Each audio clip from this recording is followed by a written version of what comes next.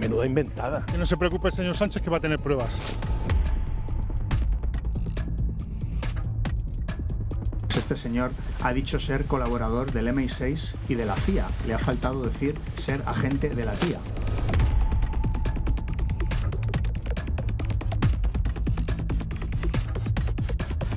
El señor Aldama tendrá que responder ante los tribunales de todas las mentiras que ha lanzado sobre personas inocentes. Que ese papeluco que ha presentado ante el juez, ese señor lleno de subrayados, pues no tiene el más mínimo sentido.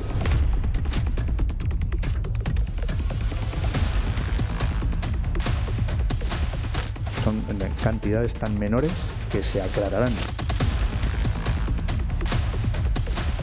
A ver, o sea, menuda inventada.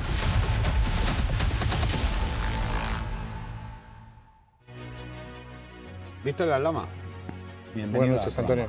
Eres más alto de lo que pensaba y tienes menos pelo de la última vez que te vi. Eso es verdad. Bueno, ¿estás bien? Sí, todo bien. ¿Con ganas de hablar? Sí. Bueno, pues a quien tenemos aquí es al hombre que puede acabar tal vez con la carrera de Pedro Sánchez. Es el empresario Víctor de Aldama, le acaban de ver. De él han dicho que se lo inventaba todo, pero todo lo que ha ido denunciando se ha ido demostrando cierto en informes de la UCO, en instrucciones judiciales y en informaciones periodísticas. Hoy mismo hay novedades de enorme relevancia. El Tribunal Supremo estrecha el círculo con la Caja B y la financiación irregular del PSOE, con dos nuevas citaciones judiciales que pueden hacer saltar al partido y al gobierno. Bueno, el tiempo va dando la razón a Aldama, el único nombre de esta trama que ha decidido colaborar con la justicia, que no se amedrenta por lo que considera una auténtica mafia y que hoy viene aquí a responder a todo. No se va a dejar nada. Señor Aldama, ¿se ha financiado el Partido Socialista ilegalmente? Sí. Ahora no lo desarrolla, ¿le parece? Sí. Vamos a hacerle esta y otras muchas preguntas que a lo mejor nunca le han formulado o nunca ha respondido. Pero antes vamos a ponerles en situación. ¿Quién es Víctor de Aldama? Nos lo va a contar Mariela. Pues sí, Antonio, es una pieza clave en esta trama. Es un empresario que en el juicio ya destapó esos nombres de José Luis Ábalos y de Koldo García. También habló de Santos Cerdán y de Ángel Víctor Torres. El primero está en prisión y del segundo veremos qué sale porque está pendiente ese informe de la UCO. Lo cierto es que es el primero que fue en pagar un breve ingreso en prisión y el único en colaborar con la justicia para destapar todos los casos de corrupción. Ahora veremos lo que tiene que decir porque tiene pruebas, aunque muchas se las quiere guardar para la justicia. Bueno, señor Aldama, antes de nada, hay gente que piensa que usted debería de estar en la cárcel, que no entiende que haya otros, como por ejemplo Santos Cerdán, que lo están, otros que parece que se están acercando mucho a ingresar. Uno de los que lo ha dicho más claramente, si le parece lo vamos a escuchar juntos, es su antiguo amigo, al que conoce bien, Koldo García. Mire lo que dijo. Por decir que miembros del Partido Socialista son corruptos, sin aportar ninguna prueba, esté en libertad gastándose ese dinero que ha estafado a todos los españoles.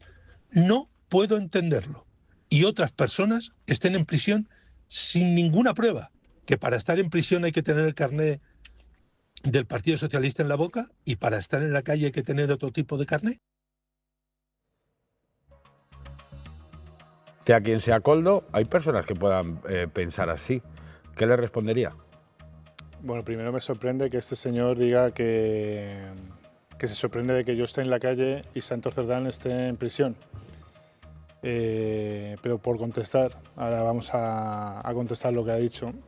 Dice que yo he defraudado dinero de los españoles, se está refiriendo al caso de hidrocarburos, y que yo estoy en la calle por haber, digamos, declarado sobre gente o corruptos del PSOE.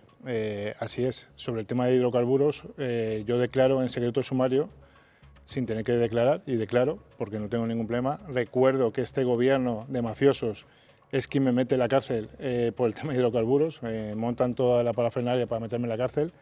Yo doy y entrego todas las facturas y todos mis contratos. Quiero decir, ni me estoy gastando el dinero del contribuyente, ni me estoy gastando ningún tipo de dinero, ni estoy tomando el pelo a los españoles.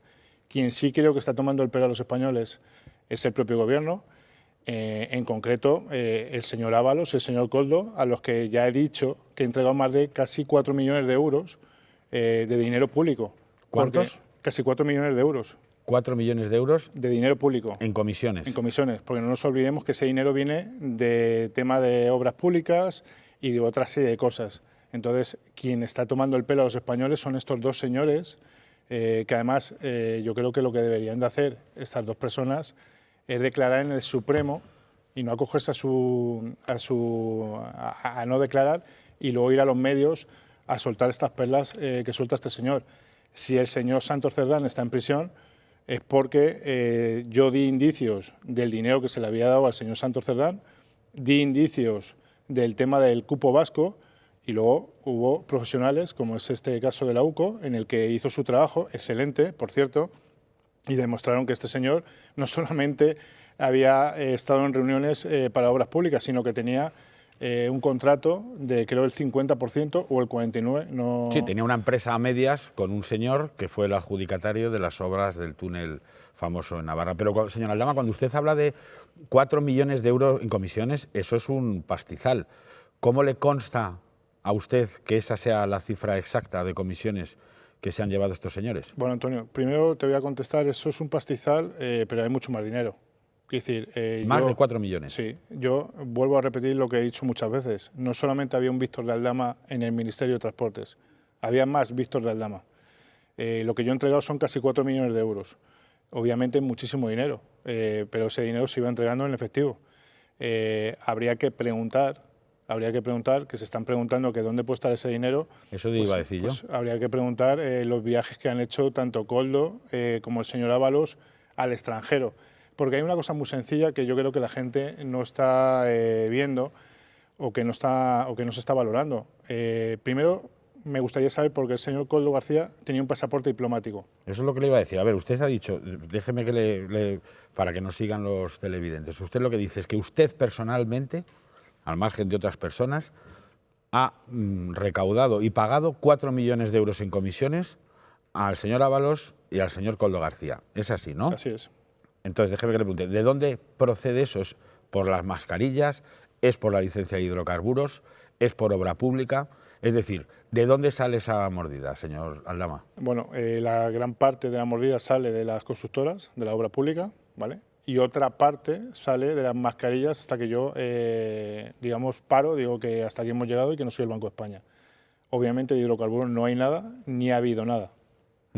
Y a partir de ahí, claro, el señor Ábalos dice no tener dinero, que vive prácticamente en la indigencia. A Koldo García luego le oiremos. En fin, habla de una manera más ligera de las famosas chistorras, pero lo cierto es que la UCO no ha encontrado rastro de ese dinero, cosa que desde el Partido Socialista se utiliza pues para desmentir ese dato. ¿Dónde está ese dinero? Bueno, yo diría que ese dinero está en el extranjero, obviamente, que lo que antes te intentaba explicar, Antonio. Una persona con un pasaporte diplomático es como si llevara valija diplomática. Cuando viaja ni se le registra el equipaje ni se le registra la cartera, mochila o lo que lleve. El señor Koldo García, siendo un asesor simple, tenía pasaporte diplomático. ¿Le consta que Koldo García tenía pasaporte diplomático? Sí, me consta y me lo ha enseñado. Y lo he visto personalmente. ¿Se lo ha enseñado él a usted? Sí. ¿Y ese pasaporte diplomático lo utilizaba para viajar, supongo que en un avión oficial? Bueno, en avión oficial o en avión comercial. Quiere decir, el pasaporte diplomático pues viaja en avión, casi siempre viajaba en avión comercial. Pero da igual, donde viajes con pasaporte diplomático no te van a abrir las maletas. ¿Y a dónde iba?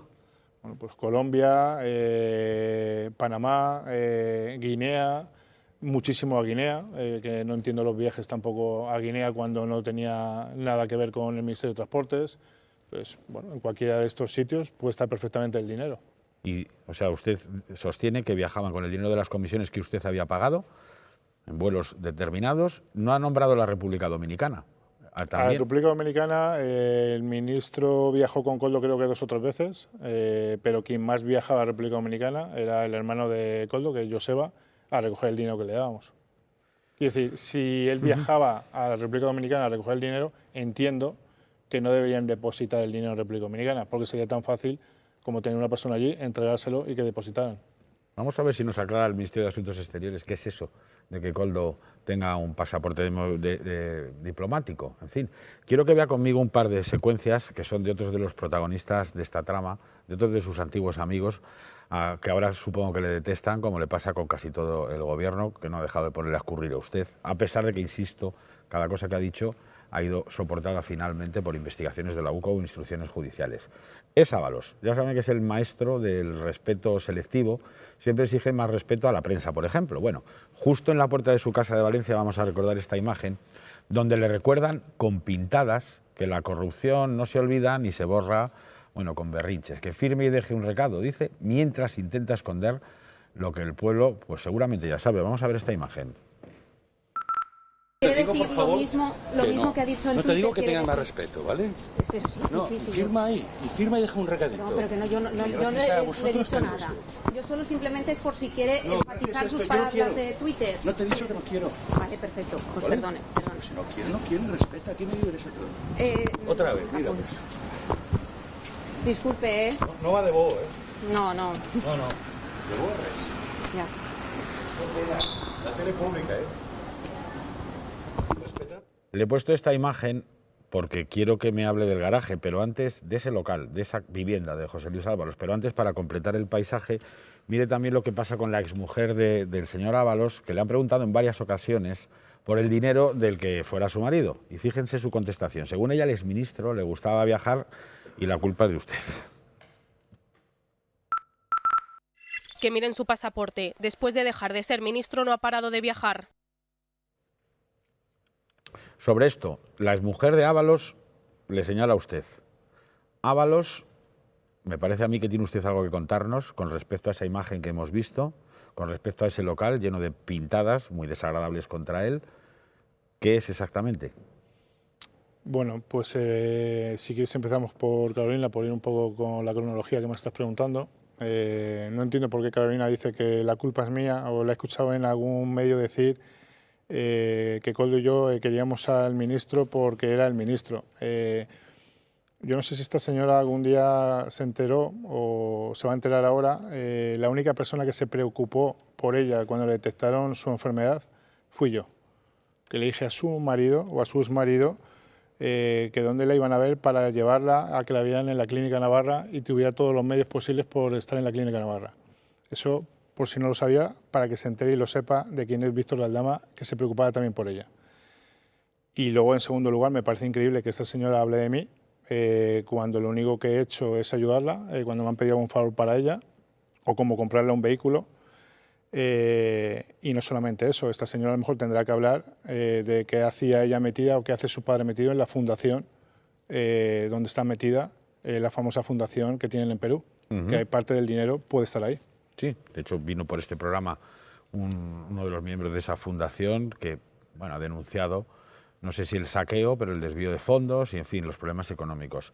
Pero sobre ese garaje que hemos visto, porque le dicen a usted muy a menudo, habla mucho, presente pruebas. Se ha venido a sugerir que algunas de las propiedades del exministro Ábalos estaban compradas con dinero de la corrupción, de las comisiones, de las mordidas. Dado que usted ha tenido que ser el intermediario para que las cobrara, algo sabrá al respecto. ¿Es cierto que esas imágenes que hemos visto son una de las pruebas de todo esto? Bueno, esa es una de las pruebas en la que hoy hemos metido en el Tribunal Supremo. Hoy a las 7 de la tarde o 6 y pico de la tarde.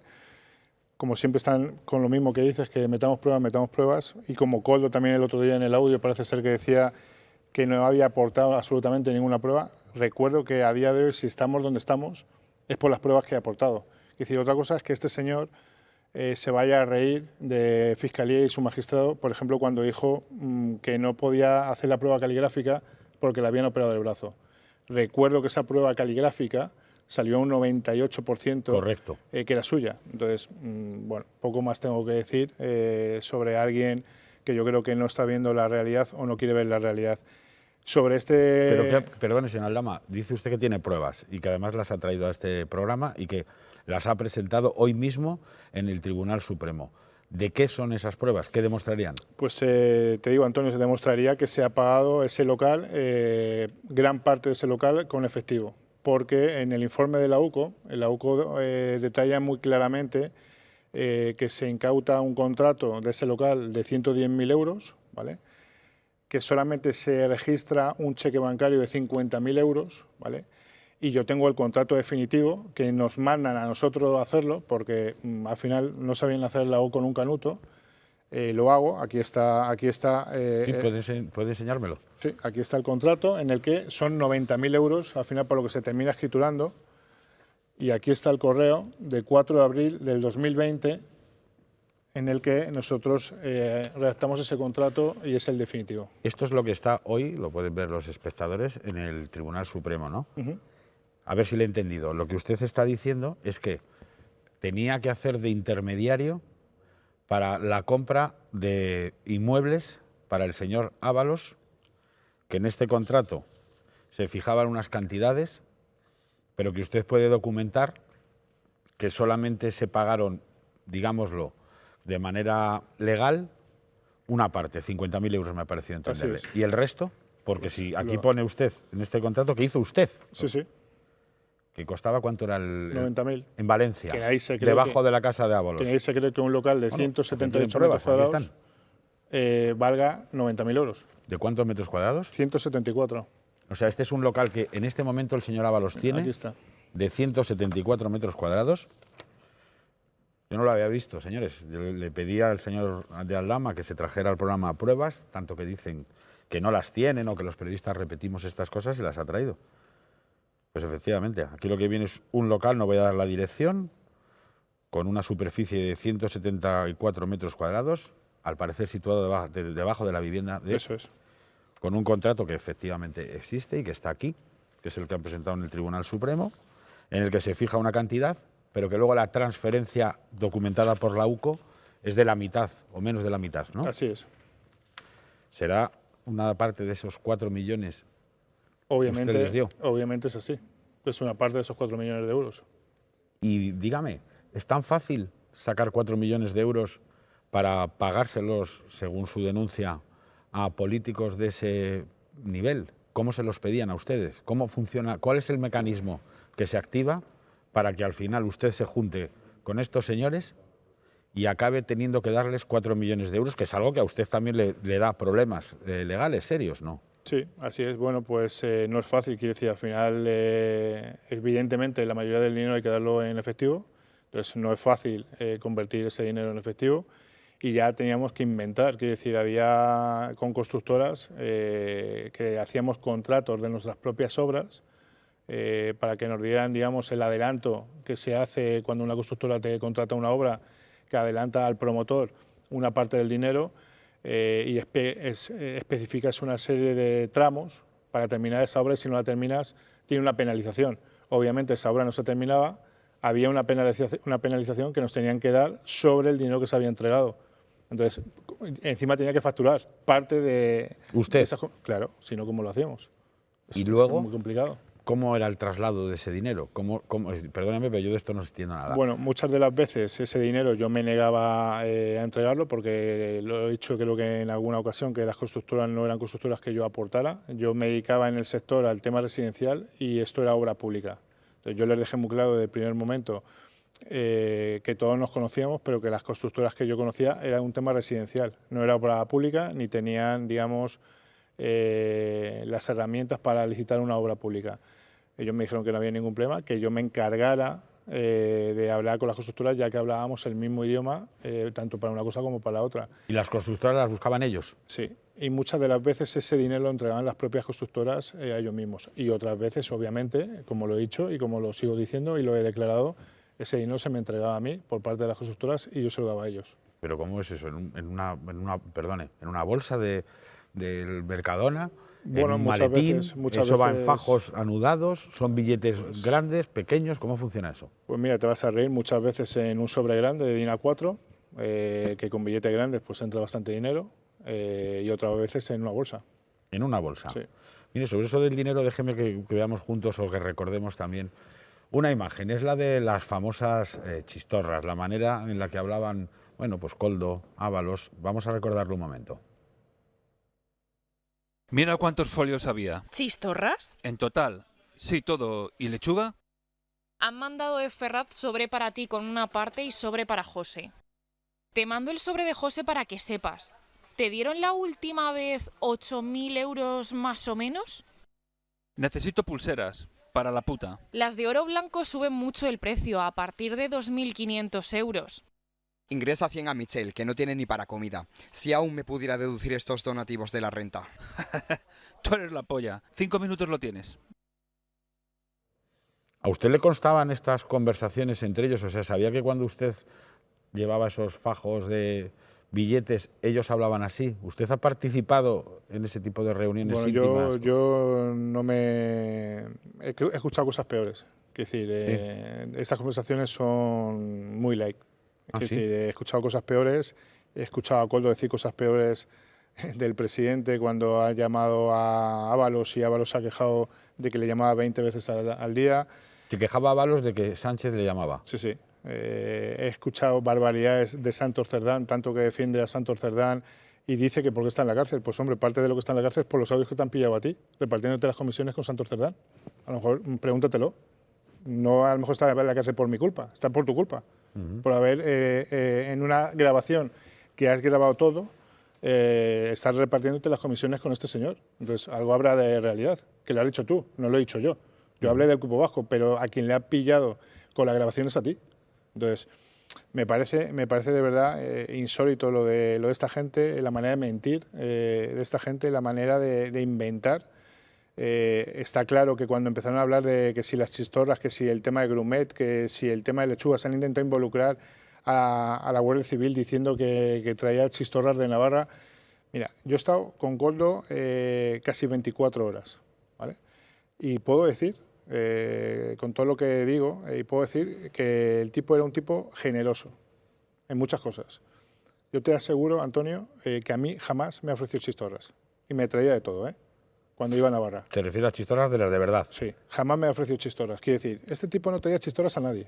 Las chistorras son lo que son, las lechugas son lo que son y los soles son lo que son. Entonces, que no inventen, porque ya se ha demostrado también, después que además me parece excelente por parte de la UCO, que sacaron el informe, imagino, viendo que iban a hablar, hablaron y a los 2 o 3 días sacaron los anexos, viendo que las chistorras no son chistorras, ni las lechugas son lechugas, ni los soles son soles. Y cuando usted dice, que lo acaba de decir, claro, a todos nos han escandalizado mucho estos audios, yo siempre digo que no he visto en 30 años de profesión unas pruebas más contundentes de corrupción que las que aportan los propios protagonistas grabándose y dejando un rastro y un reguero de pruebas por todos los sitios. Pero dice usted, mira, si esto os parece heavy, lo que yo les he oído, lo que yo les he escuchado decir es mucho peor.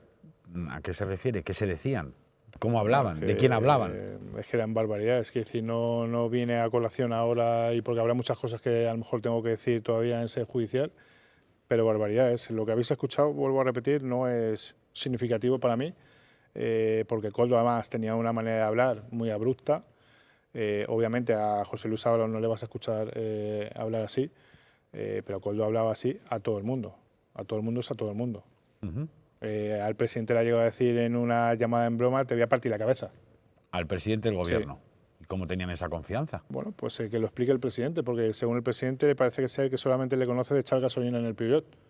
Cuando le nombran un libro, es el único que nombra en un libro, a Koldo García. Pues a lo mejor hay que preguntarle al presidente por qué tenía tanta confianza con Koldo García. Ahora se lo voy a preguntar a usted, pero si le parece vamos a ver juntos otra imagen.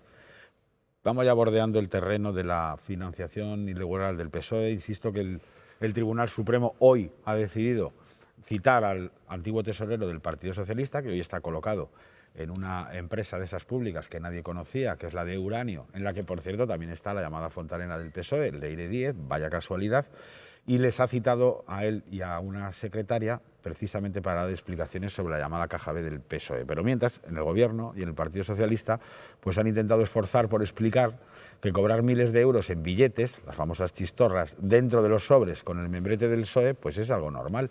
Como si además de la organización del Puño y la Rosa, se hiciera en todas las empresas del mundo. Mire, hasta Sánchez admite, lo recordará usted, señor Aldama, que ha cobrado en metálico, quizá por lo que pueda salir a partir de ahora. Vamos a recordarlo.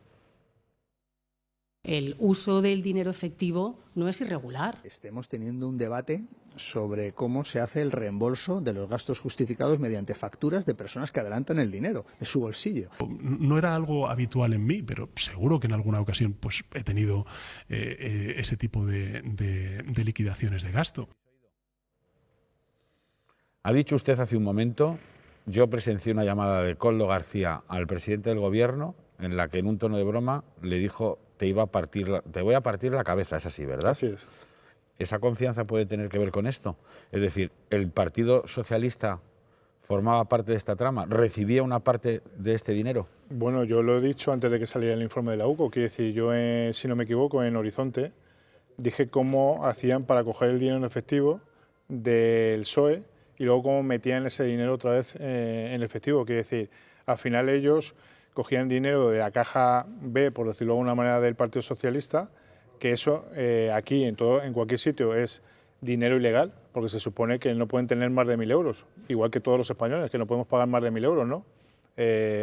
Bueno, pues eso es dinero ilegal, pero que además nos estamos yendo a algo que ellos hacían como un juego, porque es que Koldo iba recaudando los tickets por todos lados donde iba recaudando esos tickets para cuanto más gastos pudiera demostrar, que más dinero en efectivo pudiera darle y luego de alguna manera meterlo en el partido.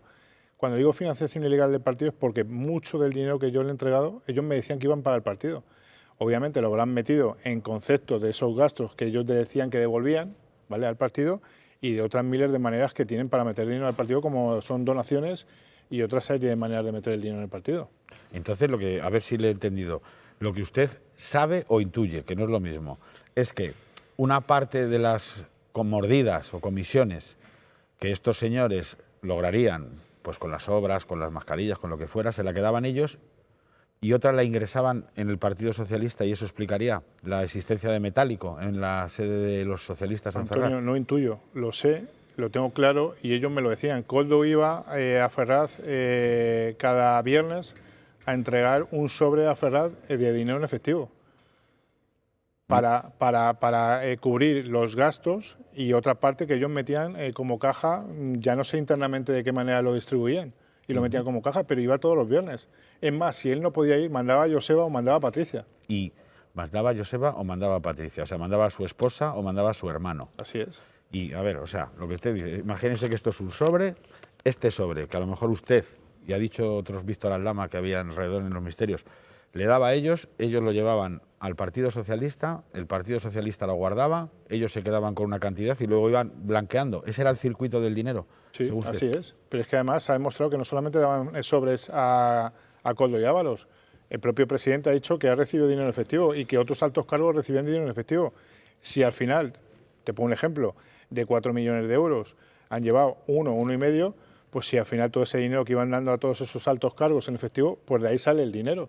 Pero aparte es que me parece increíble que un presidente diga o que normalice que ha cobrado dinero efectivo del partido. Igual que el otro día escuché a María Jesús Montero decir que las mordidas son normales. Bueno, lo dijo de otra manera, pero sí, sonaba raro. Bueno. Y señora Aldama, cuando usted dice que el circuito del dinero negro se blanqueaba a través del Partido Socialista con el reparto que fuera menester, bueno, y usted mismo les daba el dinero, ¿el presidente del Gobierno y secretario general del Partido Socialista era consciente de todo esto? De todo. El presidente siempre ha sido consciente de todo. El presidente tenía tal grado de interacción que se quería enterar de absolutamente todo y que le contaran todo. Hay una conversación con Carolina Perles en la que ella dice que le llega a decir el presidente a José Luis Ábalos algo así como, ¿qué pasa? ¿Que vas por libre? Por libre. Quiere decir, el presidente, si no le contaba algo o si no le decía algo o le tenía al día, se enfadaba con él. O sea, ¿a usted le consta que Pedro Sánchez era consciente de esa maquinaria circular? Pero 100%. Era de intenso, la obra pública. Muy intenso. Sí. Muy intenso. Es más, cuando José Luis Ábalos propone a Koldo para entrar en el Consejo de Renfe, el presidente le dice a Ábalos, piénsatelo 2 veces. Y José Luis le dice al presidente, tengo que meterle porque hay muchos gastos. Y no da más explicaciones. Entonces, por meterle en el Consejo de Renfe tiene otro sueldo. Y en la misma medida en que los participantes en esta trama, según su relato, bueno, y según un montón de informes ya de la UCO y instituciones judiciales, repartían con el partido una parte, para ellos otra, ¿el secretario general del Partido Socialista le consta a usted si también se llevaba lo suyo?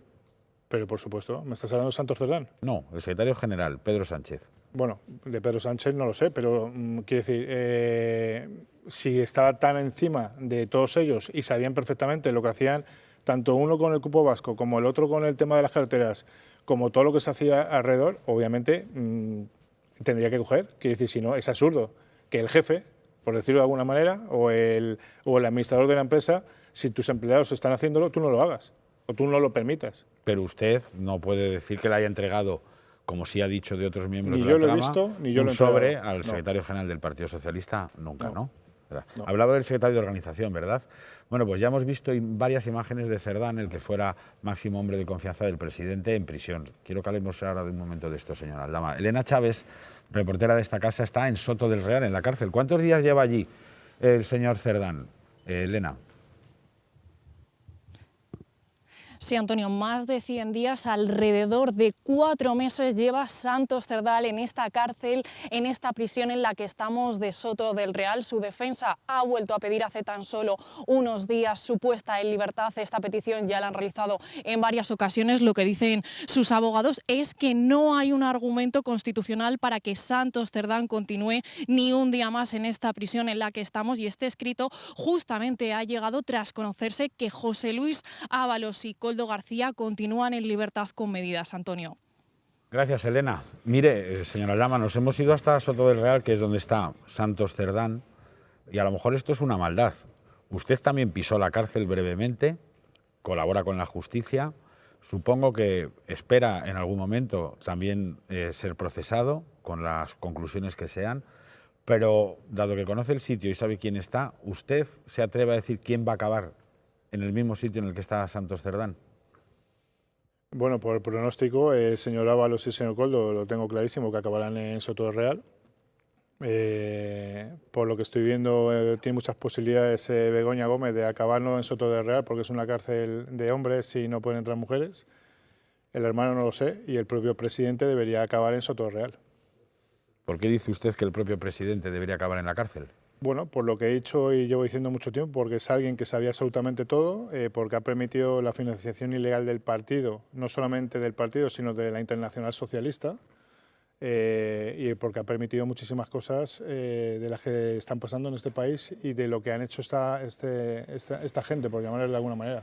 Señora Aldama, cuando se habla de la financiación de la Internacional Socialista, siempre se ha citado la existencia de un sobre muy grande que ustedes o su entorno custodian con las pruebas de esa financiación, que sería a través de la Compañía Pública Venezolana de Petróleos.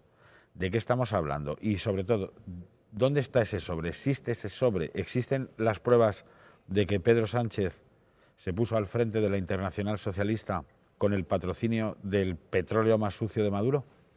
Bueno, Antonio, hay partes de esa pregunta que no te voy a contestar porque estamos esperando para ver de qué manera ya hacemos llegar eso tanto a Fiscalía como al Tribunal Supremo, porque es algo muy delicado. Quiero decir, al final recordemos que yo sigo colaborando con la justicia, yo no tengo ningún tipo de protección.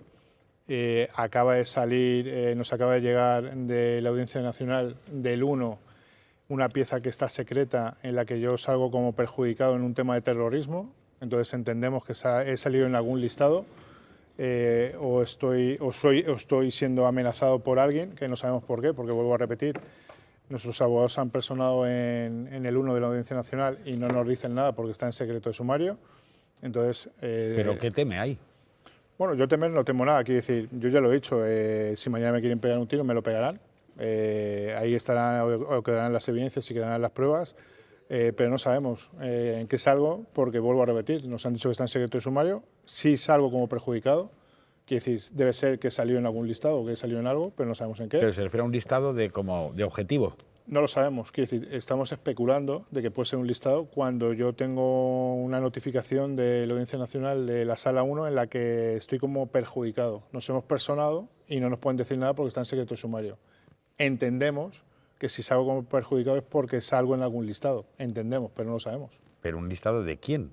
No lo sabemos. ¿Quién son los que le podrían a usted querer hacer eso? No tenemos ni idea, ya me gustaría a mí saberlo. Pues su coche sí que fue violentado, ¿no? Sí.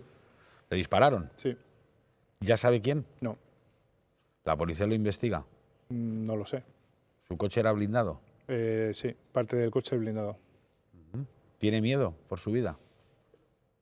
A ver, no soy Superman. Obviamente tengo miedo y muchos días tengo miedo, pero si viviera con el miedo no saldría, no viviría, no podría disfrutar de lo que es el día a día. Entonces, bueno, pues ese miedo al final me hago un caparazón y me lo guardo para mí.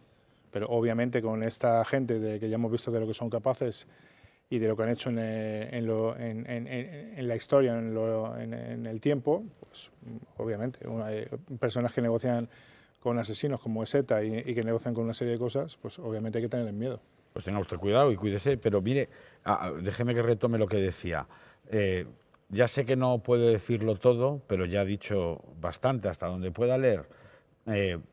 ¿Las pruebas existen? Las pruebas, que es a lo que preguntas, existen, el sobre existe, está bien custodiado. He leído en algún medio que está fuera de España parte de las pruebas.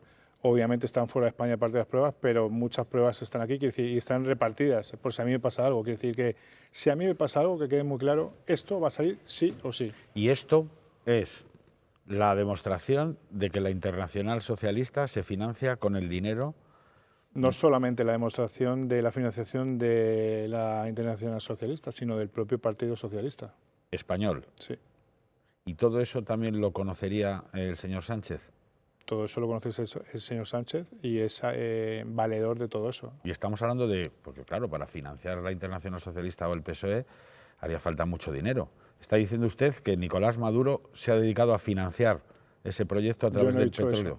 No. No. No es el señor Maduro. Yo no he dicho que no sea el señor Maduro, ni he dicho eso. Yo he dicho que tengo la financiación ilegal del partido, que obviamente viene de Venezuela, que obviamente Zapatero está involucrado en esa financiación, ¿vale? Que lo he dicho ya varias veces y lo vuelvo a repetir, pero yo no he puesto las palabras de que es el señor Maduro. Alguien, en cualquier caso, importante en ese régimen, sea o no el señor Maduro. Bueno, vamos a dejarlo ahí. Pero sí es a través de la empresa petrolera. No voy a contestar. Pero sí es a través de Venezuela, ¿no? Sí. Supongo que en Venezuela hacer cosas... Bueno, sí, pues yo creo que 1 más 1 son 2.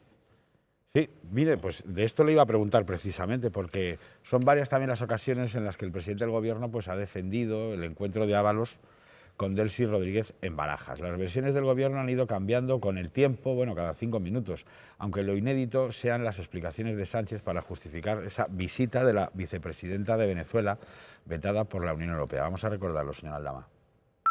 A mí, efectivamente, el exministro Ábalos me informó de esta visita privada de la vicepresidenta Delcy Rodríguez. Actuamos cuando efectivamente se constató que había unas sanciones individuales. El señor Ábalos hizo su deber, que fue evitar una crisis diplomática. Es lo que creo que modestamente conseguí, que esta señora no entrara en territorio Schengen.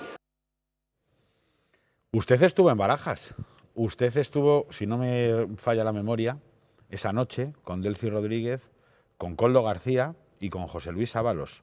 Nos dijeron que no había llegado, que no habían subido, pero Ábalos subió a ese avión. Lo que no sabemos es qué bajó de ese avión. De esa historia, ¿cuál es la realidad? ¿Había maletas?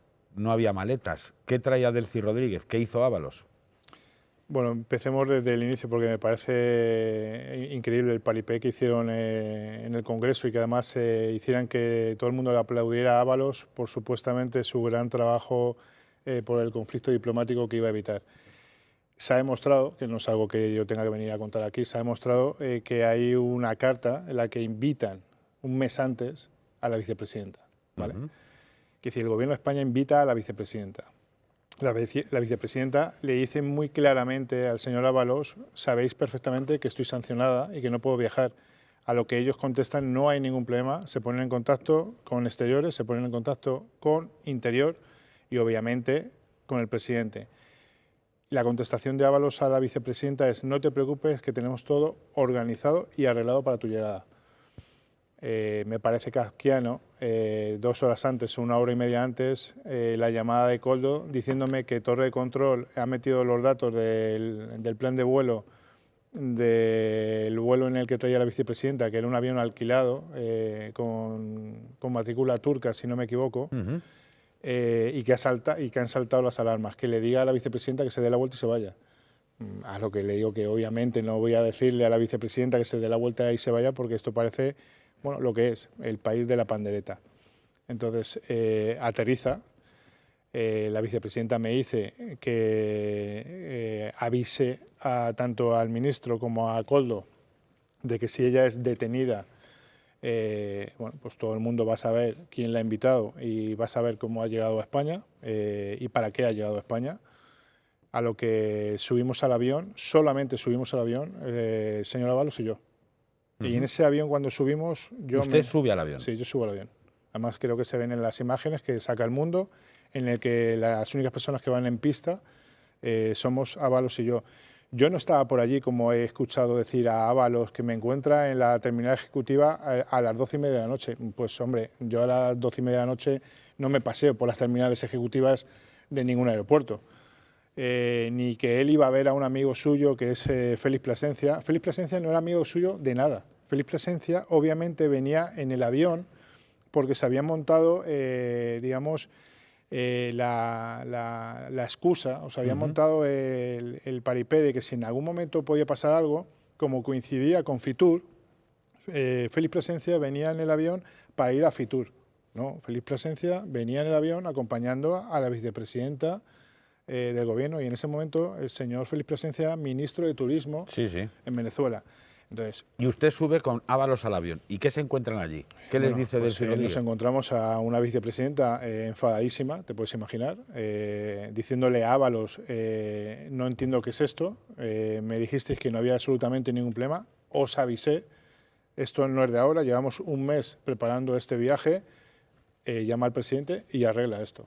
A lo que Ábalos no quería llamar al presidente y al final accede a llamar al presidente y le dicen, bueno, lo que pasó luego, se crea una zona, Schengen, para que vaya a la sala de la terminal ejecutiva, se quede toda la comitiva en la sala ejecutiva en la que Koldo empieza a hacer llamadas y a hacer barbaridades, intentando que 2 pilotos militares cogían el avión de la vicepresidenta y volvieran a volar a Qatar, que es donde tenían que ir después del viaje.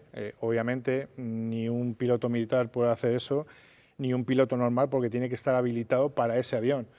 Los pilotos que traían ese avión no podían volver a coger el avión porque se habían pasado de horas, o se pasaban de horas, por la normativa de aviación que hay reglamentaria. Entonces, fue todo un caos en el que estuvimos en la sala ejecutiva, en la sala 1 ejecutiva, creo que, no sé si fue de Ojetip, que sacó las imágenes de la sala. Bueno, pues en esa sala, el señor ministro, Ábalos y yo, con la vicepresidenta y la comitiva de la vicepresidenta. Ábalos duró como 2 horas o 2 horas y media en esa sala, hasta que, digamos, se calmaron los ánimos y se marchó, y nos quedamos hasta las 8 de la mañana, si no recuerdo mal, que cogieron el vuelo a Qatar, que además... ¿Y dejaron algo? Esto de las maletas... Ahora te voy a explicar lo de las maletas, porque es sencillo y es una especulación pura y dura, ¿vale? Metieron a la vicepresidenta por la pista, ¿vale? Por dentro de pista, con su comitiva, y cogieron el vuelo a Qatar. Las famosas maletas, obviamente traían maletas, quiero decir, ¿cuántas maletas podían traer? Pues venían, me parece que son 6 personas, pues que cada uno trajera 2 maletas, pues serían 12 maletas, más o menos. Las maletas venían con ropa y con enseres para regalar, como cuando viene cualquier presidente o cualquier vicepresidente o cualquier ministro y da obsequios de un país a otro para regalar. La vicepresidenta no tiene necesidad de traer ni oro, ni dinero, ni nada en el avión en el que ella viaja, por una sencilla razón, porque ya se ha demostrado también, creo que con imágenes del Mundo, en exclusiva, la última vez que mandaron maletas Venezuela en valija diplomática, que se recogieron tan tranquilamente en el aeropuerto y las metieron en una furgoneta y se las llevaron a la embajada. Entonces, no tiene necesidad ninguna esta señora de traer maletas llenas de oro. Y además, hay una cosa importante técnica. Si vienen 12 maletas, o 16, o 22, como decían, llenas de oro, por un tema logístico y por un tema de peso, ese avión no despega. Sí. Entonces, es verdad que lo de las maletas, me parece que efectivamente, teniendo valija diplomática, no necesitas inventarte ningún truco. Pero en cualquiera de los casos incide en lo que hablábamos antes de la financiación a través de la petrolera y en el papel de Zapatero. ¿Cuál es el papel de Zapatero en todo esto? El expresidente y Venezuela. ¿Qué hacía? ¿Y qué hacía? No sé si con ustedes o lo hacía con Ábalos, si es que lo hacía, porque hemos visto, publicado en El Debate hace poco, cómo usted viajó con el señor Zapatero, incluso organizaban encuentros, ¿verdad?, con un sobrino de Nicolás Maduro, ¿es así? Bueno, ahí hay una información que ha sacado El Debate, que es un encuentro entre Zapatero, un empresario, que te refieres al sobrino, que es Francisco Flores, otras personas y yo en la vivienda que tiene Zapatero en Caracas. Esa reunión es verdad, se realizó y es cierta, pero igual no puedo en este momento desvelar el contenido de esa reunión ni nada de lo que pasó en ese piso. Pero es cierto y esa reunión existió. Esa reunión existió. Sí. Y no puede decirnos de qué trató, pero estando Zapatero y el sobrino de Maduro, ¿cuál es su actividad? Yo no sé si es sobrino de Maduro. Francisco Flores es un empresario que tiene licencias bancarias en Caracas y que se dedica a otra serie de cosas y es empresario y que pues está muy unido a Zapatero, por no decir que es socio de Zapatero. Socio de Zapatero. Y se dedica, al dinero. Petróleo, licencias bancarias, bancos. ¿Y usted qué papel jugaba ahí? Bueno, me citaron a esa reunión para hablar de temas de negocios. ¿Para hacer de alguna manera lo mismo que le tocó hacer aquí, con Koldo y con Ábalos, pero a gran escala? No. No. ¿Y de qué conocía usted a Zapatero? Bueno, de reuniones anteriores en Caracas que me la habían presentado y que me dijeron que Zapatero era un lobista más en Venezuela. ¿Hacía negocios? Sí. ¿En qué ámbitos? Petróleo, oro, todo lo que se le pusiera por delante. El señor Rodríguez Zapatero en Venezuela hacía todo eso. Sí. Luego la pantalla de humo que tiene de que va al país como para salvar a los encarcelados y hacer, digamos, de agente de la ONU o de liberar a Willy, pues me parece que, no sé, es una cortina de humo bastante importante. Pues mire, si le parece, antes de seguir con Venezuela, vamos a escuchar lo que otro socialista, el señor Borrell, un hombre de prestigio y de peso, que ha sido, pues nada menos que el comisario europeo de Asuntos Exteriores, decía que la verdad es que casa muy mal con todo lo que nos está contando usted de lo que pasaba allí. Vamos a escuchar al señor Borrell. Mire, Maduro es un tirano de lo peor que se fabrica. Ha robado todas las elecciones. No comprendo cómo ningún socialista pueda acercarse a Maduro y saludarle afectuosamente. ¿Lo dice por el No lo digo por nadie, Zapatero? lo digo por todos los que lo hacen. Es un tirano sangriento, por el que no se puede tener ninguna simpatía ni ninguna condescendencia.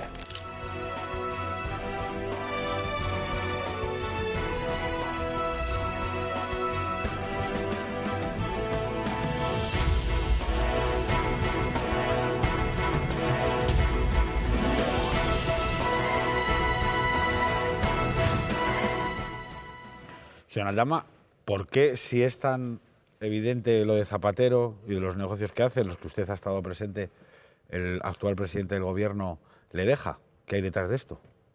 Vuelvo a repetir, porque está involucrado en todo. No está siendo el señor Zapatero el que está negociando ahora con Puigdemont. No está yendo el señor Zapatero a China a negociar no sé qué. Pues por todo lo que estamos diciendo desde un principio, porque el señor Sánchez, guste o no guste, está entero de todo y es el que dirige con el señor Zapatero todo este tinglado. Y quiero que veamos también juntos una fotografía. Esta, es otro de los asuntos destacados en torno a usted, al señor Aldama. Es una fiesta de la de 60 cumpleaños de José Luis Ábalos, ¿verdad? Bueno, esta imagen que publicó OK Diario la semana pasada, pues verifica estas juergas de Sánchez, cumpleaños, y de la cúpula socialista, con brindis, y con presuntos negocios de por medio. Señor Aldama, ¿pagó usted esta fiesta? Bueno, no la pagué porque era mi restaurante, es decir, implícitamente no la pagué, es decir, no metí el dinero en la caja, pero obviamente quien pagó, digamos, esa fiesta o esa celebración, obviamente fui yo. Pero me hace mucha gracia esta foto porque esta foto fue del principio de los principios en el que están todos y todos me han negado como a Jesucristo en la cena. Entonces me parece de locos, de verdad. En esa fotografía y en esa fiesta estaba, si no me equivoco y me corrige usted, también la mujer del presidente del gobierno, Begoña Gómez. Sí, sí. ¿Cuál es su relación con ella? Es decir, sé que ustedes viajaron juntos a San Petersburgo. ¿A qué iba la mujer de un presidente con alguien como usted, empresario, al extranjero exactamente? Bueno, supuestamente a ella la invita a la OMT, pero no entiendo en concepto de qué. No sé si era por lo del tema de esto que tenía del Africa Center o algo de esto. No te sabría decir por qué, pero va en concepto de eso. Quiero decir, no va a ese viaje como primera dama, por decirlo de alguna manera, o como la mujer de Pedro Sánchez. Obviamente se aprovechaba de que es la mujer de Pedro Sánchez, porque le daban el estatus y el protocolo de ser la mujer del presidente. Pero usted cuando viajó, por ese viaje en concreto, cuando estaba con ella allí, ¿la veía hacer negocios? ¿Qué buscaba ella allí exactamente? Bueno, yo en concreto, en ese viaje concretamente, no hizo ningún negocio, por lo menos que yo la viera, ¿vale? Ella estuvo con nosotros mucho rato, después del Congreso de la OMT, en un rooftop del hotel, en el que ella mandó a su seguridad que se marcharan a dormir y se quedó con nosotros. En esa, charla o conversación no se habló de ningún tipo de negocio, sino que se habló de temas amenos, del propio viaje de San Petersburgo y de otras cosas personales que no tienen nada que ver ni con la causa ni con nada de lo que estamos viendo. ¿Y Begoña Gómez ganó dinero con el rescate de Air Europa? Bueno, que yo sepa por parte de la compañía no, porque no pagó y la compañía se negó en todo momento a pagar cualquier tipo de comisión. Ahora que Begoña Gómez presionó a la familia Hidalgo para que la patrocinaran en sus diferentes cátedras o en sus diferentes eventos del Africa Center y todo esto, obviamente sí, que Javier estaba cansado de tanta presión y de que estuvieran, de alguna manera haciéndole ver que si no patrocinaba, que al final el patrocinio es legal, pero que si no patrocinaba, pues iba a haber problemas como para el rescate de la compañía, cuando la compañía era una compañía estratégica y había que rescatarla sí o sí. Eso sin duda. Recordemos que a Lufthansa la rescata el país con 9.000 millones de euros y a Air Europa la rescata el país con 475, cuando a Plus Ultra, con 2 aviones, la rescatan con 58. Es decir, en una proporción rescatan a Plus Ultra con muchísimo más dinero que a Air Europa. ¿Y por qué a Plus Ultra? Bueno, porque Zapatero va a hablar con el ministro Ábalos y le exige que hay que rescatar a Plus Ultra y que es una orden del presidente en la que José Luis en un momento dado se niega, en la que tiene una conversación tensa con el presidente y el presidente le dice que tiene que hacer lo que Zapatero le diga. ¿Tiene algún inconveniente? Déjeme que presente a la mesa que me va a acompañar cuando usted se vaya. Ketty Garat, Alberto Sotillos, Esteban Urrizieta, Chapua Paulaza. Gracias por vuestra paciencia. Creo que la conversación es muy interesante y muy importante. Aquí tengo a 2 compañeros que se dedican específicamente a la investigación. ¿Tiene algún inconveniente el que le hagan alguna pregunta a Ketty o Esteban? No, ya me han hecho muchas, así que pueden seguir. Ketty. Yo no tengo ninguna duda de algo que ha dicho usted, señor Víctor de Aldama, que es que el presidente del Gobierno tenía conocimiento de todo lo que estaba pasando. La cuestión es si hay pruebas. Esto que se suele decir de no tengo pruebas, pero tampoco dudas. ¿Tiene usted pruebas de que el presidente del Gobierno sabía todas estas informaciones? ¿Hay algún tipo de mensaje, cruce, relación epistolar entre los implicados que demuestren que el presidente del Gobierno lo sabía? Pues a ver, Ketty, yo pruebas no tengo. Quiero decir, es que lo de las pruebas es lo de siempre. Quiero decir, hasta ahora me ha dicho que no he aportado pruebas. Me he aportado muchas pruebas de lo que he tenido y de lo que tengo. Hasta ahora se ha visto que todo lo que he hecho, no solamente porque lo he hecho yo, sino por luego conversaciones que han salido que yo no tenía y que ha sacado la UCO, se ha demostrado que lo que he hecho es cierto. Bueno, pues a lo mejor sale algún audio o sale algo del presidente, porque no sé por qué tiene tanto empeño Koldo en el que le entreguen sus móviles cuando todavía esos móviles no han sido verificados del todo. Yo sí he dicho por qué quiero que me entregue la UCO mi móvil, o por lo menos que me deje hacer una copia de mi móvil del que me incautaron en febrero, porque en ese móvil sí tengo muchas más pruebas. Y lo hemos trasladado al Tribunal Supremo, lo hemos trasladado a la Audiencia Nacional y lo hemos trasladado a la UCO. ¿Sobre el presidente? Bueno, sobre muchas cosas. No sobre el presidente solamente, sino sobre muchas cosas. Pero sobre el presidente también. Bueno, hay pruebas. ¿Conversaciones? Hay pruebas, Ketty. ¿Y a qué espera para entregar el sobre? Bueno, lo he dicho antes, quiero decir, es un tema mío, personal, en el que me estoy jugando mucho, en el que en este momento estoy solo, digamos, ante todo el mundo, en el que no tengo ningún acuerdo firmado con Fiscalía, ni tengo nada, eso que se ha especulado de que si he negociado o he dejado de negociar, o estoy guardando pruebas para... Bueno, no he negociado nada, quiero decir, yo hago una declaración y sobre esa declaración ven que es contundente y apuestan, porque les podía haber salido mal, podía haber mentido en esa declaración. Ven que es contundente, apuestan y me liberan, ¿vale? Y luego se va viendo que todo lo que he dicho en esa declaración es cierto y sale que lo que he dicho es real. Entonces, ¿por qué no entrego ese sobre? ¿Por qué no entrego esas pruebas? Porque sinceramente, Ketty, en este momento, después de todo lo que he entregado, después de todo lo que se ha hecho, después de todo lo que ha salido y que en este país siga sin pasar nada, aquí el único que se está arriesgando y el único que está poniendo su vida en juego soy yo.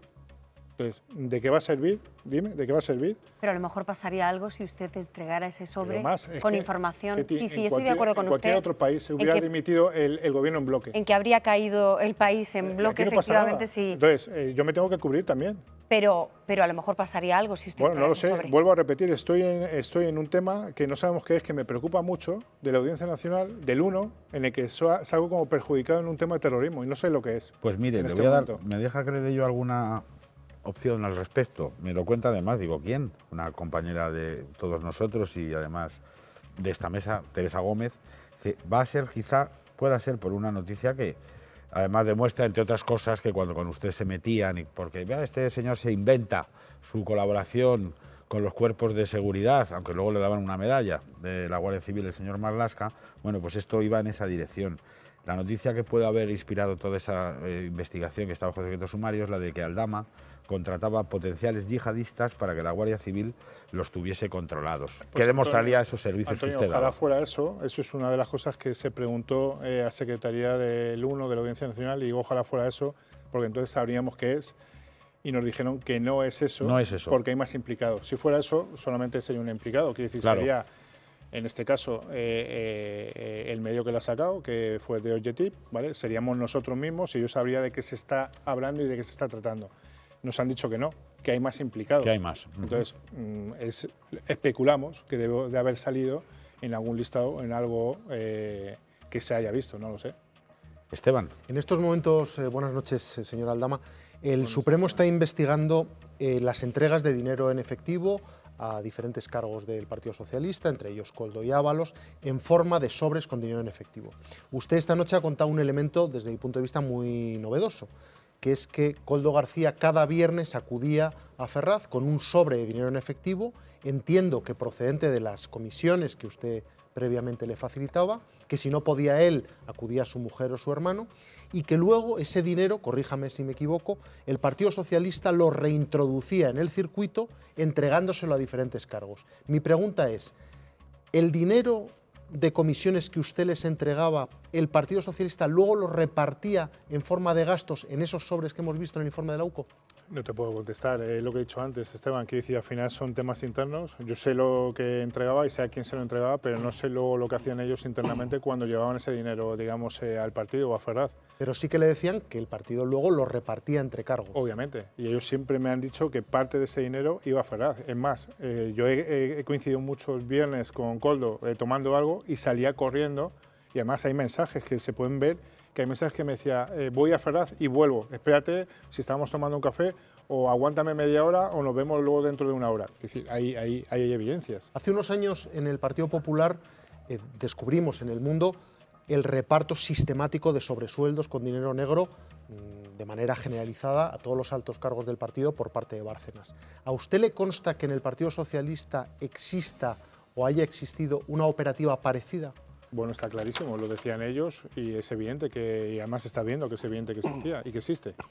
Es decir, cobraban un sueldo oficial y luego el partido les proporcionaba un complemento en metálico? Sí, ¿A usted le consta eso? Me consta y lo he vivido con Ábalos y con Koldo. Con el resto no lo sé, pero con Ábalos y con Koldo lo he vivido. ¿Y Ábalos y Koldo cobraban un sobre a fin de mes como complemento del partido? A fin de mes no, cada semana. Quiere decir, cada semana ellos recogían dinero y llevaban dinero. Obviamente llevaban mucho más dinero del que recogían.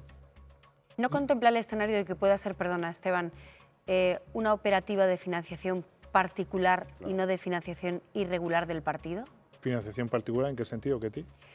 Tú puedes aprovecharte a título lucrativo de un partido para beneficiarte tú directamente y que no haya una operativa de financiación irregular. Si tú estás metiendo dinero en efectivo en el partido, financiación irregular. Ahí hay financiación irregular sin ningún tipo de duda porque estamos hablando de los ingresos. Pero ¿y si no hubiera sido así? Ya, pero es que no Hoy podemos, si no se puede demostrar que haya habido un ingreso directo en el Pero es que no podemos especular porque ha sido así. Es decir, cuando hay cosas afirmativas y que además han salido, es así. No hay especulación que valga. ¿Vale? Y esto ha sido así.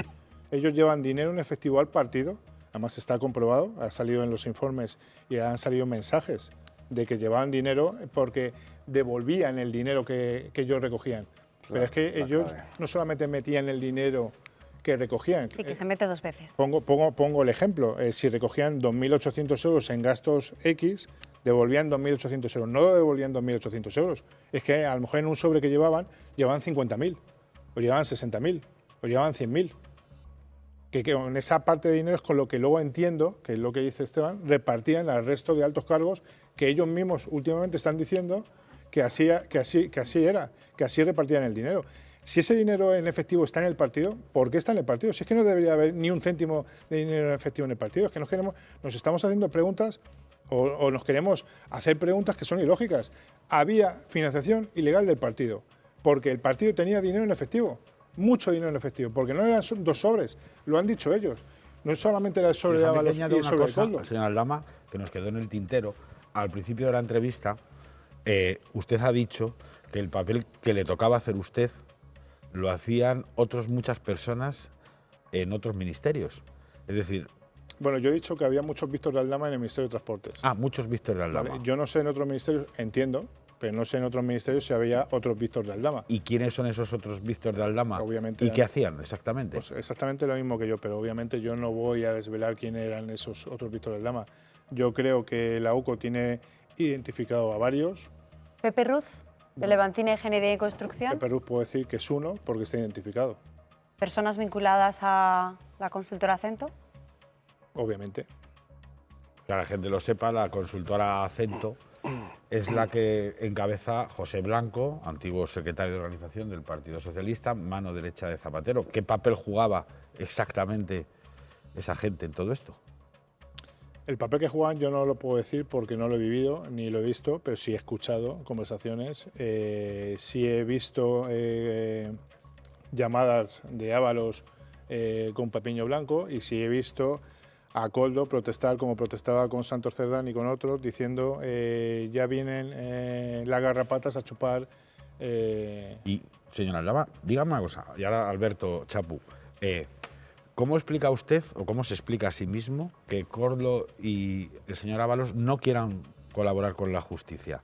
¿Es que hay pactos que no vemos que todavía mantienen fidelidades dentro del PSOE? ¿Es que están mal asesorados? ¿Cómo explica usted que ellos dos hayan dicho, yo no declaro, a mí me da lo mismo, aunque esto me dé problemas? Bueno, a mí me parece increíble primero cómo se están riendo de la justicia, cómo se están riendo de los españoles y cómo se están riendo de todo el mundo, que estos señores les pidan ir a declarar al Supremo, no declaren, pero luego nada más salir del Supremo se vayan a hacer declaraciones a los medios. Yo colaboro con la justicia y lo primero que hago es informar a la justicia y luego me voy al medio a informar de lo que tenga que informar. Entonces, eso en primer lugar me parece algo insólito. El otro día viendo las imágenes de Koldo llegando con la maleta o la mochila como diciendo me van a mandar a la cárcel, me parece un insulto al magistrado y me parece un insulto a la fiscalía.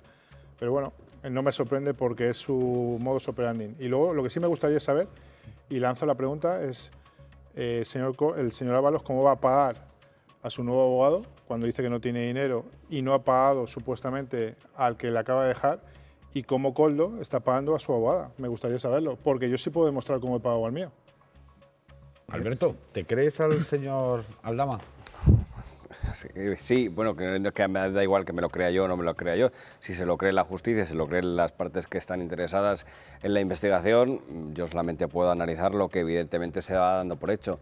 Lo que sí que es verdad que hace un relato de un castillo de naipes por sí mismo es absolutamente frágil y lo raro es que no caiga, porque bastaría un soplido para que todo eso se viniera abajo.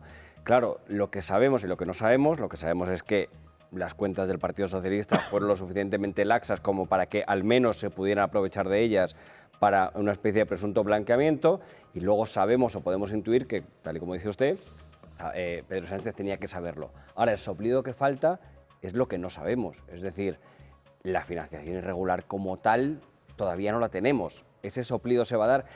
Con todas las conversaciones que hemos escuchado de Ábalos y Koldo decir barbaridades, no hemos escuchado ninguna en la que se menciona a Pedro Sánchez. Ese sería el soplido. Casualmente el soplido que falta para que caiga todo ese castillo de naipes todavía no llega. ¿Llegará? ¿Se va a soplar? Bueno, yo creo que llegará. Pero real. Creo que se están viendo indicios suficientes para que el magistrado del Supremo pueda delimitar que hay financiación ilegal del partido, pero eso es algo que no me corresponde a mí, quiere decir que corresponde a la justicia. Y luego hay otra serie de cosas que entiendo que con los informes nuevos que van a salir, pues saldrán a la luz.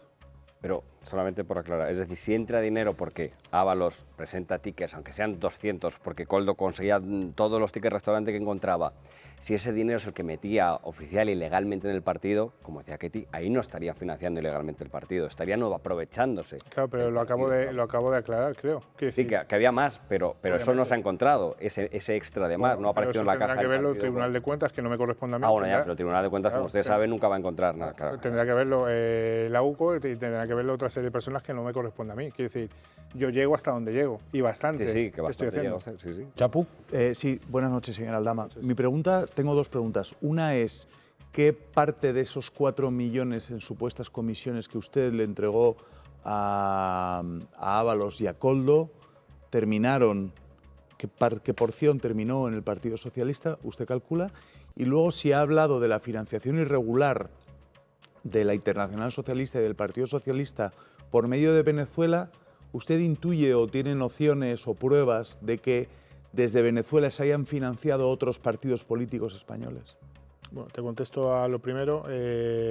Yo intuyo, por lo que ellos me decían y por lo que escuchaba, que en torno al 1,5 millones, más o menos, o casi 2 millones de euros, es lo que han podido entregar al partido, ¿vale?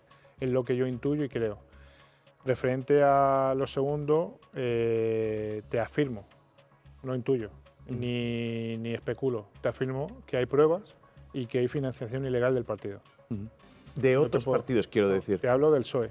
Yo no sé decir si de Podemos, que entiendo que es a lo que me estás preguntando. Sí, por ejemplo. Otra serie de partidos, no lo sé. No puedo hablar de lo que no sé. Del Partido Socialista, sí. ¿No les preocupaba que les pillaran? Es decir, esa utilización del Partido Socialista, nunca hubo una conversación de hay que tener cuidado porque hay controles en el partido que nos van a pillar. Mira, yo te ¿O voy es que no hay ningún control? Yo te voy a hacer la pregunta a ti y me gustaría que me contestaras. Si estaban por encima del bien y del mal y al señor ministro de Transportes, en ese momento siendo digamos, el segundo y el ministro más importante del Gobierno de España, iba a una mención de la que era su novia o su pareja, por no decir otra cosa, creo que no tenía ningún miedo a que le pillaran ni a que le vieran en ningún sitio haciendo nada, porque se pensaban que estaban por encima del bien y del mal. Sí, lo digo porque los controles siguen siendo los mismos, o sea, que no ha cambiado nada. Me llama mucho la atención la reiteración cuando usted habla de Venezuela, de otros escenarios. Lo enlazo con una cosa que nos ha contado aquí y que creo que no van a poder desmentir nadie, que es que Koldo García tenía pasaporte diplomático, un montón de vuelos para un lado o para otro. A usted, en esa dinámica de vuelos a Venezuela, a la República Dominicana, ha dicho a Colombia, a Guinea, de todos ellos, ¿le consta si alguno incluso ha pedido la nacionalidad de aquellos países? Estoy pensando en la República Dominicana o en la propia Venezuela. Bueno, a mí me consta, o me dicen, pero tampoco puedo demostrarlo, que quien ya tiene la nacionalidad dominicana es Begoña Gómez. Pero me dicen, entonces es algo que me dicen y yo no lo puedo demostrar. Pero me lo dicen supuestamente fuentes fiables del país. Entonces, yo no lo sé si la ha firmado o no la ha firmado. Si me hablas de Koldo y de Ábalos, no me consta que hayan solicitado ninguna nacionalidad en ningún país.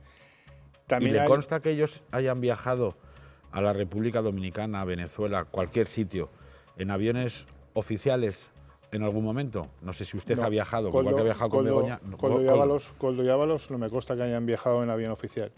Lo que también quiero aclarar, que es importante creo, el otro día escuché decir a Carolina Parlés que miraran el pasaporte de Ábalos.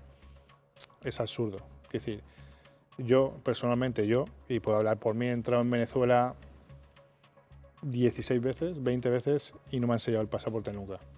Nunca. Es como si no existiera que estaba en Venezuela.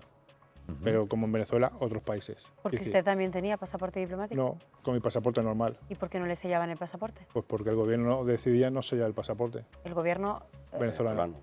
Sí, pero eso pasa en Venezuela y en cualquier otro país que tengas 4 contactos. Entonces, si yo tenía, digamos, esas entradas y salidas sin sellar mi pasaporte, imagínate el ministro y el asesor del ministro con pasaporte diplomático.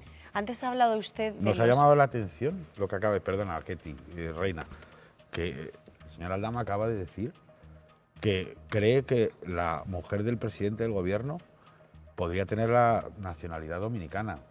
Que por cierto es un país en el que otros socialistas ilustres ya tienen esa nacionalidad, ¿no? Y además es un país que usted conoce bien, sí, la República Dominicana, porque usted ha tenido que trabajar allí. Es un país señalado también como supuesto lavadora de dinero negro trasladado por el hermano de Koldo García allí, ¿verdad?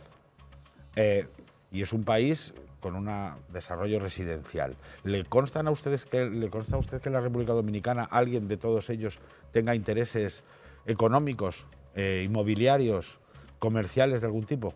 Bueno, no voy a hablar de lo que no sé, pero obviamente se especula mucho con eso que acabas de decir. Y una curiosidad más. Tengo entendido que usted, que es, insisto, es un empresario con una trayectoria muy larga, metido ahora en grandes apuros y en el centro del huracán, y que además va a pagar un precio. Usted también va a pagar un precio judicial y está colaborando con la justicia sin ningún pacto, ha dicho bien. Pero es que esta curiosidad me corroe, porque algunas de esas empresas suyas tenían el domicilio social en un pueblo de Portugal, es así, ¿verdad? En Elvas, que es el mismo pueblo en el que se ha empadronado el hermano del presidente del gobierno. ¿Eso es una casualidad o ahí tenemos...? No, eso es una casualidad totalmente. No hay absolutamente nada, nunca he conocido, ni he visto, ni he presenciado, ni he compartido ni un minuto con el hermano del presidente. ¿Cómo cree usted que va a acabar todo esto? ¿Cómo va a acabar usted? ¿Cómo cree, cuando tiene que pensar en su futuro, bueno, pues cómo se ve usted a sí mismo? Como dices, seré seguramente juzgado por un tema de cohecho.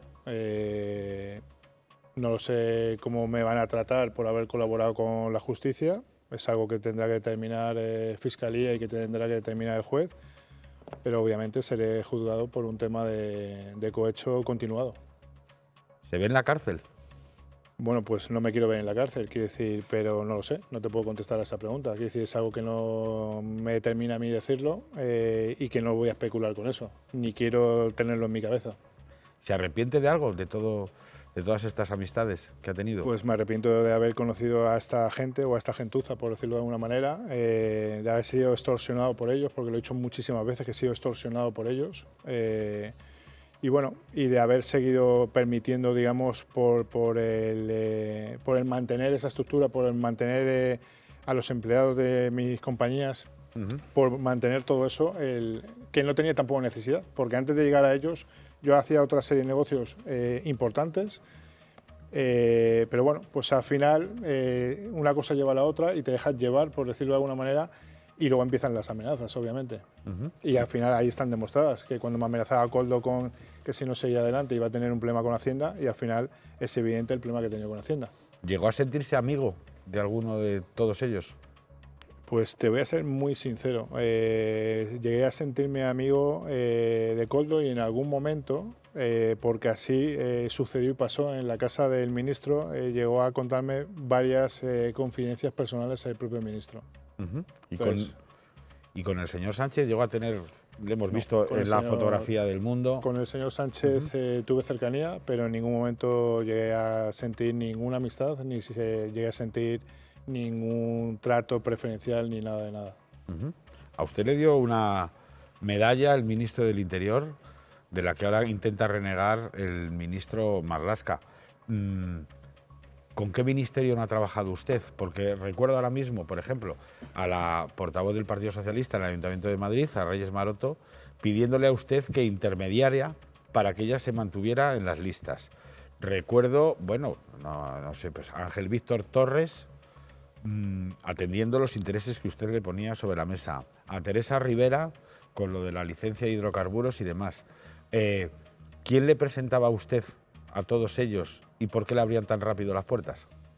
Bueno, la presentación obviamente siempre venía a través de Ábalos, pero con su extensión que era Koldo. Quiere decir, todo el mundo en el gobierno sabía que una llamada de Koldo era dicha y era firmada y era comprometida por Ábalos. Entonces, si alguien dudaba de eso o si alguien dudaba de esa llamada, llamaban directamente a Ábalos, como pasó en alguna ocasión con Isabel Pardo, con la presidenta de Adif, y el propio Ábalos le decía que era así y que se tenía que hacer lo que se decía.